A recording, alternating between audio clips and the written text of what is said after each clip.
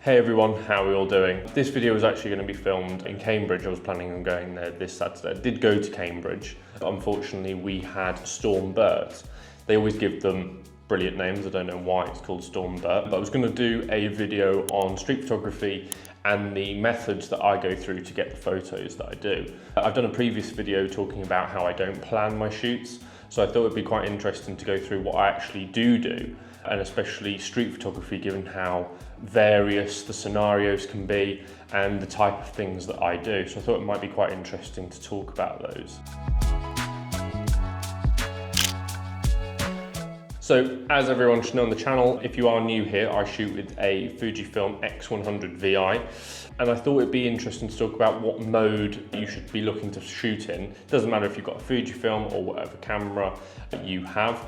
So I think when I'm doing landscape photography, things like that, with single shot mode, there's a lot more intent on the photo that you're taking. You maybe take a lot more time to dial in your settings and make sure everything's correct. Maybe you shoot in like manual focus, bits and bobs like that. Shall I shine that against the wall and then that'll maybe, no, doesn't make a difference. However, with that said, when you're doing street photography, you haven't always got the luxury of being able to pick and choose when you take a photo, as the sort of scene can sort of appear and disappear in a matter of seconds. So that's why I always recommend, if you're shooting on any type of camera, to always have it in some sort of burst shoot mode. On the Fujifilm, you can shoot up to 11 photos electronically, which again is enough for me. I know if you've got a Canon or a Sony or something like that, you can obviously shoot a lot more, and they are maybe better in that regards for street photography. But that's certainly the first thing that I would consider doing when you're shooting with your Fujifilm or any other camera like that.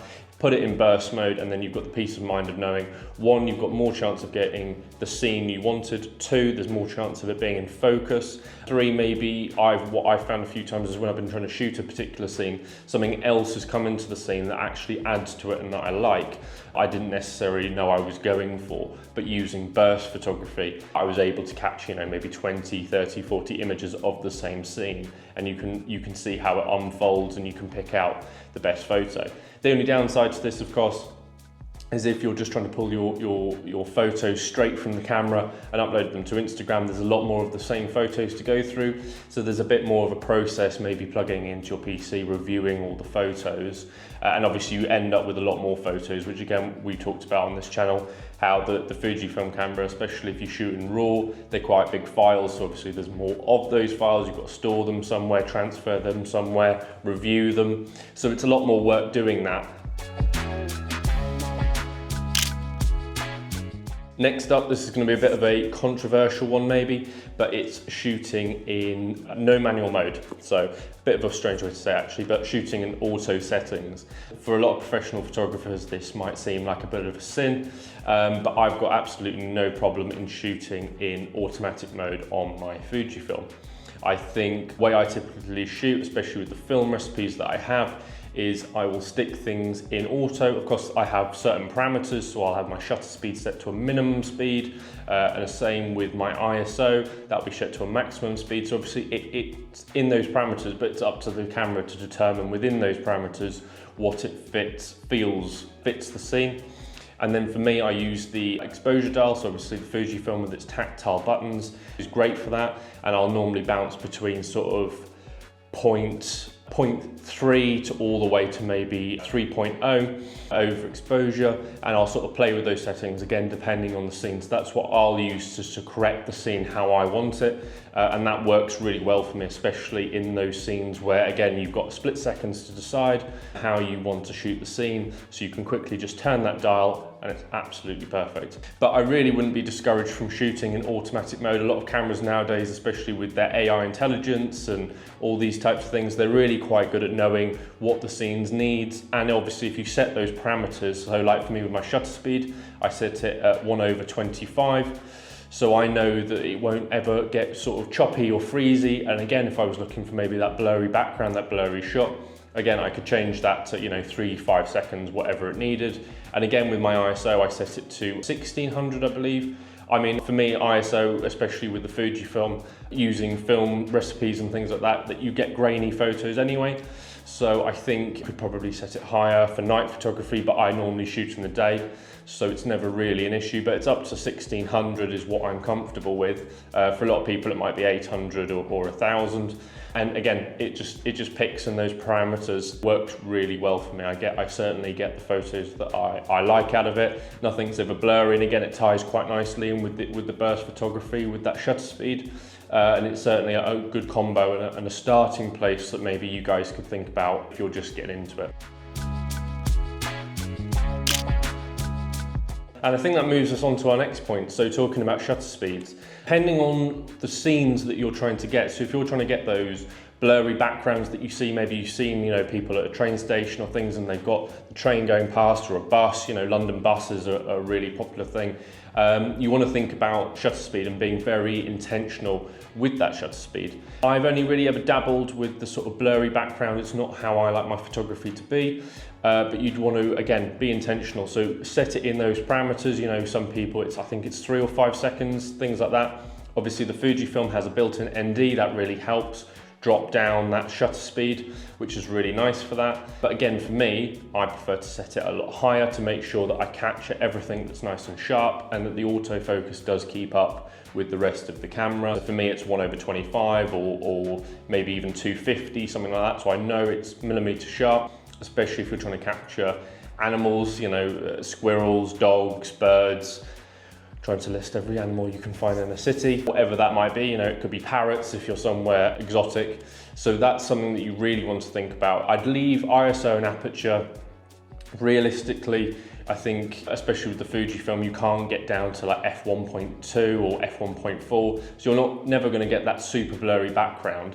So especially for the Fujifilm, I think you can leave those two settings alone to whatever suits you and whatever you think might be best, and really just focus on that shutter speed to make the photos that you're taking intentional. So obviously when you're going home and you're reviewing them, they look how you thought they'd look.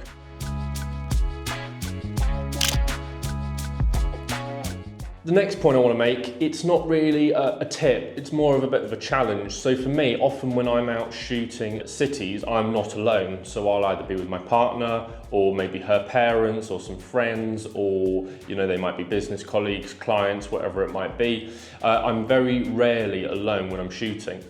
And that comes with its own problems and challenges, because you don't want to be stopping every 5 minutes to take a photo of something, or can we wait here for half an hour? Because that's going to make people hungry, bored, not want to go out with you again. So I've got a bit of a challenge for people. So obviously I went to Cambridge. I did shoot some photos, as you've seen throughout this video, hopefully, if I've put them in. And I was out with my partner and her family. We were just going out for a day in Cambridge. Like I said, the weather wasn't great, so that's why we are not doing this in Cambridge. But obviously I was doing photography on the go. So take everything into account that I've just spoken about in the last sort of tips and things you want to think about. And I want you to apply that to when you next go out with friends, because you might be thinking, oh, I won't take my camera because I'm out with people.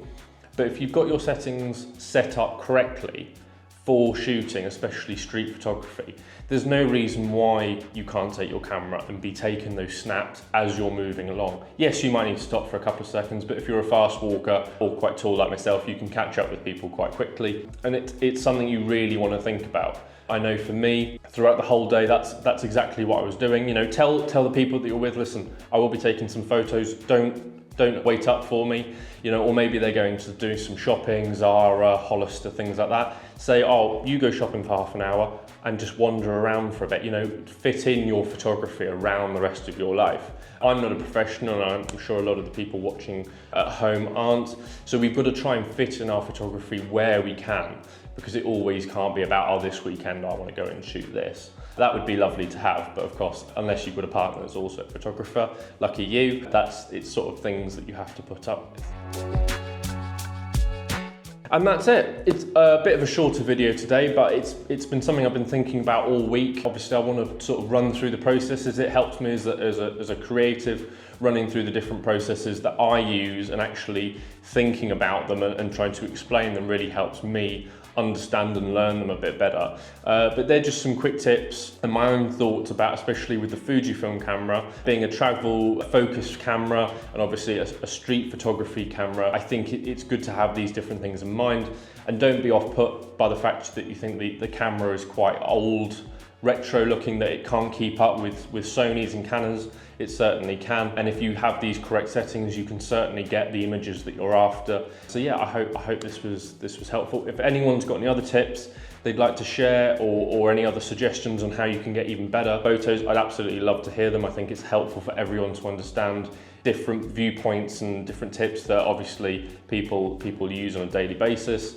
We are on the road to 500 subscribers, so obviously if you're new here, please do subscribe. It means a hell of a lot, and we're getting there. We're getting up to 500 subscribers. I'm really happy with the progress of the channel, and yeah, hopefully we'll see you next week, and hopefully Storm won't be here and we'll be out and about shooting some more content. So everyone, have a great weekend, have a great week, whatever it might be, wherever you are, and yeah, keep taking photos. And again, if you take a photo that you really like, tag me in it.